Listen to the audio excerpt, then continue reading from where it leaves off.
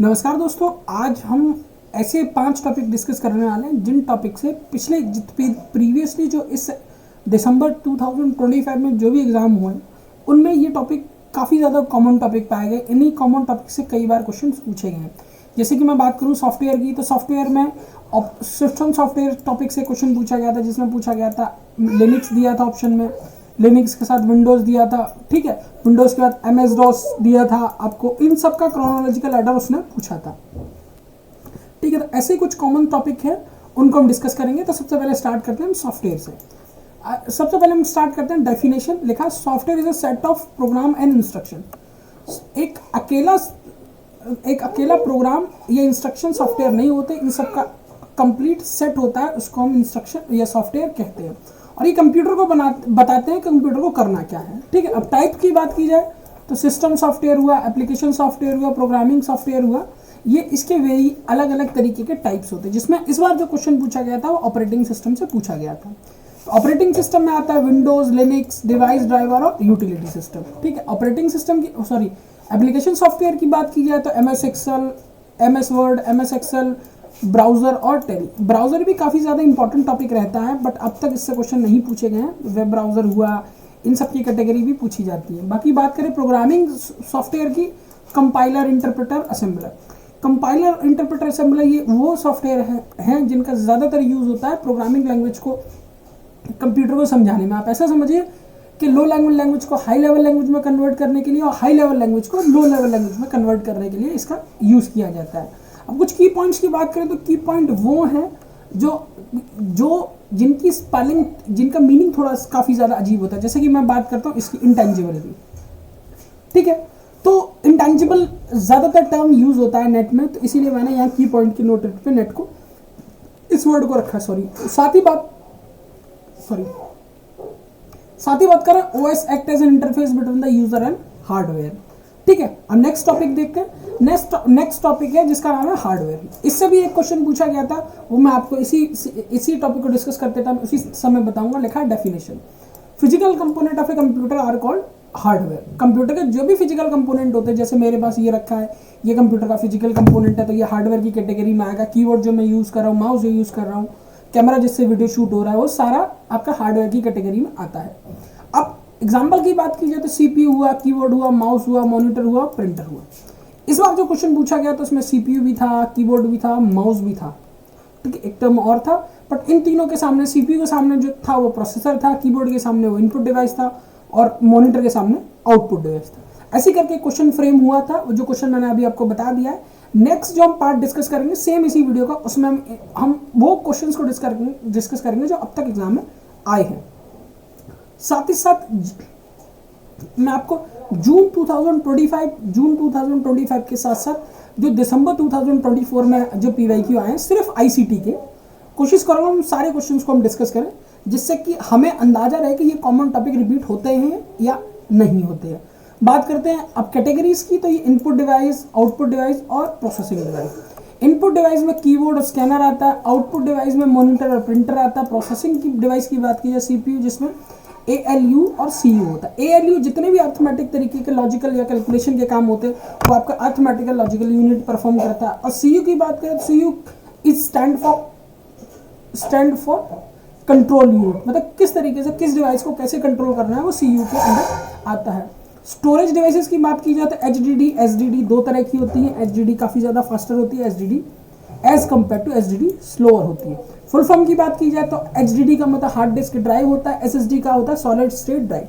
अगर आप मेरे एक बार प्रोनाउंस करने में नहीं लिख पा रहे तो जितने भी यहाँ शॉर्ट फॉर्म हम यूज़ करें सबका फुल फॉर्म आपको मेरे चैनल के इस वीडियो के कमेंट बॉक्स में डिस्क्रिप्शन बॉक्स में आपको मिल जाएगा, तो वहाँ से आप देख के नोट कर लीजिएगा। बढ़ते लास्ट जो टिप जिसको मैं अक्सर अगर कंसीडर करता हूँ वो देख लीजिए आप। Hardware without software is useless, ठीक है, याद रखिएगा। बढ़ते नेक्स्ट टॉपिक की ओर। नेक्स्ट टॉपिक में हम पढ़ रहे हैं रैम एंड रोम के बारे में, रोम एंड रैम के बारे में। RAM stand for random access memory, हम सब जानते हैं। वोलेटाइल टर्म काफ़ी ज़्यादा इंपॉर्टेंट है, काफ़ी ज़्यादा पूछा जाता है, तो वोलेटाइल याद रखिएगा। वोलेटाइल वो मेमोरी होती है जिसमें पावर ऑफ होते के साथ डेटा लॉस्ट हो जाता है। अब यूज़ की बात की जाए तो टेम्परेरी स्टोरेज के लिए इसको यूज़ किया जाता है, फास्टर और होती है देन सेकेंडरी मेमोरी। फास्टर इसीलिए होती है, मैंने आपको बताया था, जिसका स्टोरेज कम होता है, जिसका टेम्परेरी स्टोरेज होता है, वो काफ़ी ज़्यादा फास्टर होती है। टाइप्स की बात की जाए तो SRAM used in cache memory. Cache memory क्या होता है? CPU के सबसे पास जो मेमोरी होती है वो पास जो होते हैं वो रजिस्टर प्रोसेसर वो होते हैं रजिस्टर, और रजिस्टर के पास जो मेमोरी होती है उसको बोलते हैं कैशे मेमोरी। तो कभी कभी आपको एक कंप्लीट सीक्वेंस दे दिया जाएगा, उस सीक्वेंस में आपसे सिर्फ ये पूछा जाएगा कि कैशे मेमोरी किस सीक्वेंस में, किस ऑर्डर में स्टैंड करती है, ठीक है। या कैशे मेमोरी ना देके डायरेक्टली SRAM दे दिया जाएगा और आपको एक सीक्वेंस ऑर्डर में इसको अरेंज करना होगा। तो इस तरीके के क्वेश्चन इससे काफ़ी ज़्यादा बनते हैं। जैसे मान लीजिए आपको दे दिया जाएगा RAM, रोम, फिर SRAM, फिर मेन मेमोरी, सेकेंडरी मेमोरी, ऐसे करके कंप्लीट हायरार्की बना दी जाएगी और इनको सीक्वेंस ऑर्डर में लगाने के लिए दिया जाए। सीक्वेंस ऑर्डर में लगाने की और मैचिंग जैसे क्वेश्चन और सेकंड बात मतलब थर्ड बात की जाए, ऐसे असर्शन रीजनिंग वाले क्वेश्चन नेट ने UGC ने एक ट्रेंड बना लिया, इससे वो काफ़ी ज़्यादा चीज़ें पूछता है। तो इसीलिए इस तरह के क्वेश्चन की आप ज़्यादा प्रैक्टिस कीजिएगा। अब बात करते हैं रोम की। रोम stand for read only memory, non volatile memory थी, डेटा को परमानेंटली स्टोर करने के लिए यूज़ की जाती है। देखा, स्टोर परमानेंटली इंस्ट्रक्शन, इसमें एक परमानेंट इंस्ट्रक्शन स्टोर होते हैं जिनको बोलते हैं BIOS. BIOS stand for basic input output system, ठीक है, बेसिक इनपुट आउटपुट सिस्टम। इसकी भी फुल फॉर्म आपको डिस्क्रिप्शन बॉक्स में मिल जाएगी। टाइप की बात की जाए तो PROM, EPROM और EEPROM। PROM programmable read only memory, याद रखना, प्रोग्रामेबल, इस उसको प्रोग्रामिंग जिसको प्रोग्राम किया जा सकता है। Erasable programmable read only memory, electrically erasable programmable read only memory. तो ये इन तीनों की फुल फॉर्म में जो आपको डिस्क्रिप्शन बॉक्स में मिल जाएगी। बात करते हैं बायोस। बायोस एक ऐसा प्रोग्राम होता है जिसके अंदर ऑपरेटिंग सिस्टम स्टोर होता है। ये जब रोम से रैम में लोड होता है, जिससे पावर सप्लाई ऑन करने के बाद जिससे कि आपका डिस्प्ले पर विंडो आती है। बढ़ते हैं नेक्स्ट। ये कंप्लीट जो पिरामिड है वो आपको ये समझाने के लिए है कि कौन सी मेमोरी किस सीक्वेंस में अरेंज होती है और कब किसका कैसे स्पीड बढ़ जाती है। जैसे बात करें level 1, level 2, level 3, level 4, level 5, ठीक है। अब ये देखिए एक डाउनवर्ड एरो है, डाउनवर्ड एरो के इधर मैंने लिखा है increase in capacity and access time. अगर आप नीचे आते हैं तो एक्सेस टाइम इंक्रीज होगा और कैपेसिटी भी इंक्रीज होगी। अगर आप ऊपर जाते हैं तो आपने लिखा है increase in a cost of पर बिट, कॉस्ट ऑफ पर बिट इंक्रीज हो जाती है। अब इनको भी देख लेते हैं। रजिस्टर जो कि होते हैं CPU में, CPU का कैशे मेमोरी जो कि मैंने आपको बताया था, यहाँ हम SRAM भी लिख सकते हैं। तो सीक्वेंस गड़बड़ में आप थोड़ा सा भी कंफ्यूज मत होइएगा, SRAM भी लिखा आ सकता है। फिर बात करते हैं main memory, disk cache, magnetic disk, उसके बाद ये दोनों चीज़ें यहाँ यूज होती है।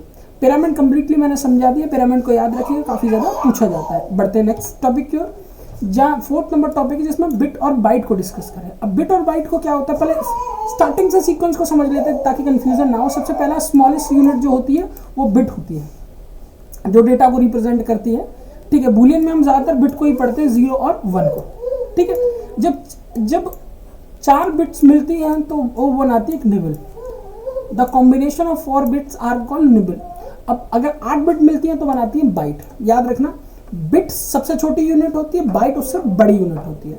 अगर आप ऐसे भी कह सकते हैं, बिट सबसे स्मॉलेस्ट यूनिट होती है, निबल सेकंड नंबर पे स्मॉलेस्ट यूनिट होती है, बाइट थर्ड नंबर पे स्मॉलेस्ट यूनिट होती है।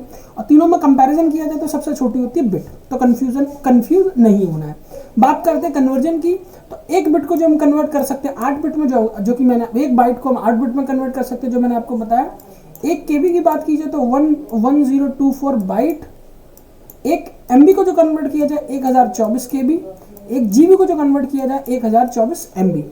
हर एक कैरेक्टर जो स्टोर करता है वो 1 बाइट ऑफ डेटा को स्टोर करता है। अब कैशे मेमोरी देख लीजिए एक बार, कैशे मेमोरी को भी डिस्कस कर लेते हैं। ये भी काफ़ी ज़्यादा अच्छा टॉपिक है, ठीक है। ये भी ट्रेंडिंग टॉपिक की कैटेगरी में आता है, तो कैशे मेमोरी का आप ज़रूर याद रख के जाइएगा, ठीक है। बात करते हैं डेफिनेशन की। हाई स्पीड मेमोरी होती है located between the CPU and main memory. ये CPU और मेन मेमोरी के बीच में लोकेटेड होता है। ऐसा समझिए, ये CPU है और ये मेन मेमोरी, इन दोनों के बीच में ये होता है, ठीक है। अब बात करते हैं इसका काम क्या होता है। रिड्यूस एक्सेस टाइम को काफ़ी ज़्यादा कम कर देना। इंक्रीज प्रोसेसिंग स्पीड को काफ़ी ज़्यादा इंक्रीज कर देना। मैंने आपको पहले ही डिस्कस किया था, जो चीज़ छोटी होती है एक्सेस टाइम को इंक्रीज कर ही देती है।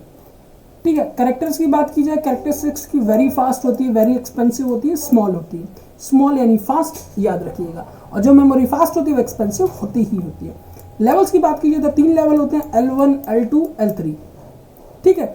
अब इसमें भी आप एक याद रखिएगा, कैशे मेमोरी का जो यूज होता है SRAM को क्रिएट करने में होता है। बाकी 1 लाइन MCQ आप एक बार पढ़ लीजिएगा।